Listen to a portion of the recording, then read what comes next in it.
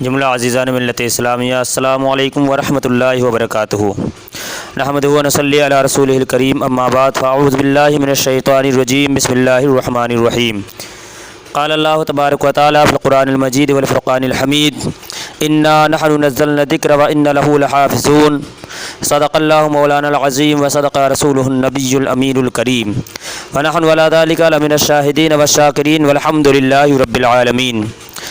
جملہ سامعین کرام، اس دور پرفتن میں دشمنان اسلام ہر طرح سے اسلام کو مٹانے کی کوششیں کر رہے ہیں، لیکن ان کی کوششیں ناکام ہوتی نظر آ رہی ہیں، کیونکہ مذہب اسلام کوئی لقمہ نہیں ہے، مذہب اسلام کوئی نوالا نہیں ہے کہ جس کا جی کرے وہ نگل لے، بلکہ اسلام تو وہ ہے جس کے بارے میں دانش مندوں نے کہا ہے کہ اسلام کی فطرت میں قدرت نے لچک دی ہے، جتنا ہی تراشو گے اتنا ہی یہ ابھرے گا۔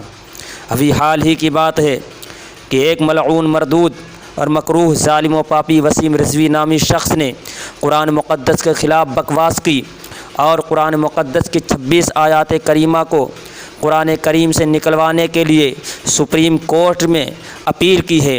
اس ظالم و پاپی کو یہ پتہ نہیں کہ قرآن مقدس کسی دنیا دار کی تصنیف کردہ کتاب نہیں ہے، بلکہ خود خالق کائنات نے جبریل امین کے ذریعے سینہ مصطفیٰ صلی اللہ تعالیٰ علیہ وسلم پر نازل فرمایا اور خود اس کی حفاظت کی ذمہ داری رب کائنات نے لی ہے۔ یہ ایک وسیم رضوی کی حیثیت کیا ہے؟ اس کے جیسے پتہ نہیں کتنے ظالم و پاپی قرآن مقدس کو مٹانے کے لیے دنیا میں پیدا ہوئے، ان کی ہستی تباہ ہو گئی، ان کا نام و نشان مٹ گیا، اور قرآن مقدس جیسا کل تھا ویسا آج ہے اور صبح قیامت تک ایسا ہی رہے گا۔ حضرات، میں آپ کے سامنے تاریخ کا ایک پنہ پیش کرنا چاہتا ہوں کہ بغداد کی دھرتی پر جب ہلاکو بادشاہ قابض ہوا، یہ بڑا ہی ظالم و جابر بادشاہ تھا۔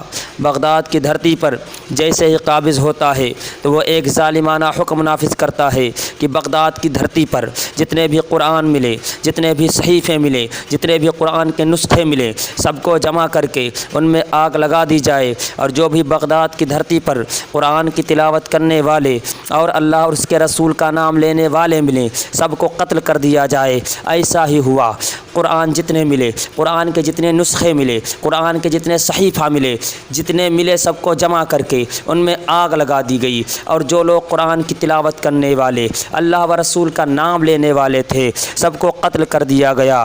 حضرات، 10,000 نہیں، 20,000 نہیں، 30,000 نہیں، 50,000 نہیں، بلکہ لاکھوں کی تعداد میں ہلاکو بادشاہ نے مسلمانوں کو قتل کروا دیا۔ پھر اس کے بعد بہت ظالمانہ اور متکبرانہ انداز میں کہتا ہے کہ ہے کوئی اب جو قرآن کی تلاوت کرے، ہے کوئی اب جو اللہ اور اس کے رسول کا نام لے۔ تاریخ بغداد میں ہے کہ انہیں شہداء کی جماعت سے ایک 6 سال کا زخمی بچہ اٹھتا ہے قرآن کی تلاوت کرتا ہوا، اور اس ظالم ہلاکو بادشاہ کو پیغام دیتا ہے کہ تو کاغذوں سے تو قرآن کو مٹا سکتا ہے، لیکن مومنوں کے سینوں سے قرآن کو ہرگز مٹا نہیں سکتا ہے۔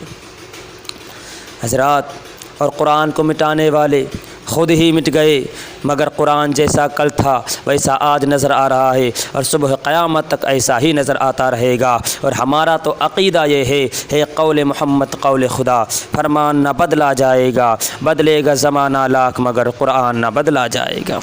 اور یہ وسیم رضوی ناپاک شخص، اس کے اوپر بے شمار لعنتیں ہو۔ اس نے قرآن کے خلاف بکواس کی، اس نے قرآن کو سمجھا ہی نہیں، اس نے قرآن کی حکمت کو نہیں سمجھا، اس نے قرآن کو عزت کو نہ جانا، اسی لیے ایسی بکواس کرتا ہے۔ میں اس کو ایک پیغام دینا چاہتا ہوں، کس طرح تجھ کو سناؤں عظمتیں قرآن کی، غیر بھی کرتے ہیں بے شک مدحتیں قرآن کی۔ اے وسیم رافضی، یہ بات بالکل ہے اٹل، تجھ کو لے جائیں گی دوزخ نفرتیں قرآن کی۔ اور جس کے نطفے میں کمی ہو، جو ہو شیطان پر فدا، وہ بھلا سمجھے گا کیسے حکمت قرآن کی۔ حضرات، میں حکومت ہندوستان سے مطالبہ کرتا ہوں کہ اس ظالم و پاپی کو کڑی سے کڑی سزا دی جائے، اور ایسی سزا دیں کہ آئندہ کے لیے کوئی بھی قرآن مقدس جیسی پاک اور طیب کتاب پر انگلی اٹھانے کی کوشش اور ہمت و جرات نہ کر سکے۔ وما علینا الا البلاغ۔ السلام علیکم ورحمۃ اللہ وبرکاتہ۔